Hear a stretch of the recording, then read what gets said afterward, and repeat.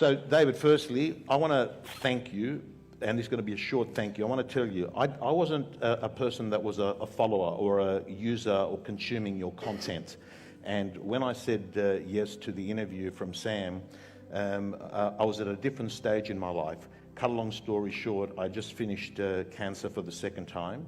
I recovered for the second time, and then during the months that I'd recovered, my little brother, who was age 41, who was my closest friend, the only sibling I have, died. To top it all off, 3 days before he died, I had a cancer relapse again. So you could imagine the diary go-forward plan was, you know, funeral, bury your brother, keep your mum sane, and then thinking I've got to go back into chemo to fight for my life for the third time. On that first chemo session, for the first time ever, I cried because I just thought to myself, this is just overwhelming. I can't do it again.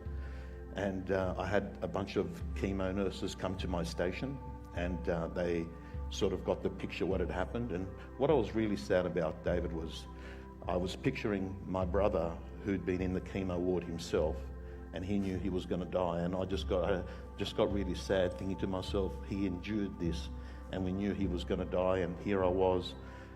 And all I can say to you is that on the second session I went there, because I knew this interview was coming, and to be quite honest with you, I was keeping my fingers crossed, not only to meet you, but to actually be alive, to actually do it. And I remember listening to your audio book, and the tears stopped, and I listened intently. And who I thought you were and who you were two different people. I thought to myself, this is some fucking, you are a maniac, but this is some maniac that's not smart, right? And I was listening, and I stopped crying, and I'll never forget my chemo nurse. She came up and she said, Tom, keep listening to what you're listening.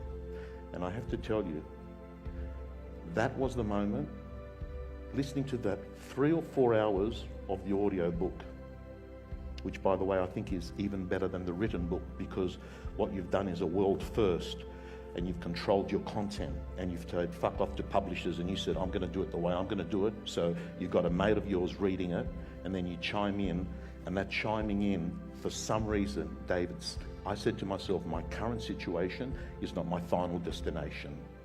I said to myself, here I am right now, they're difficult roads, but they're going to lead to beautiful destinations, and I want to thank you for that.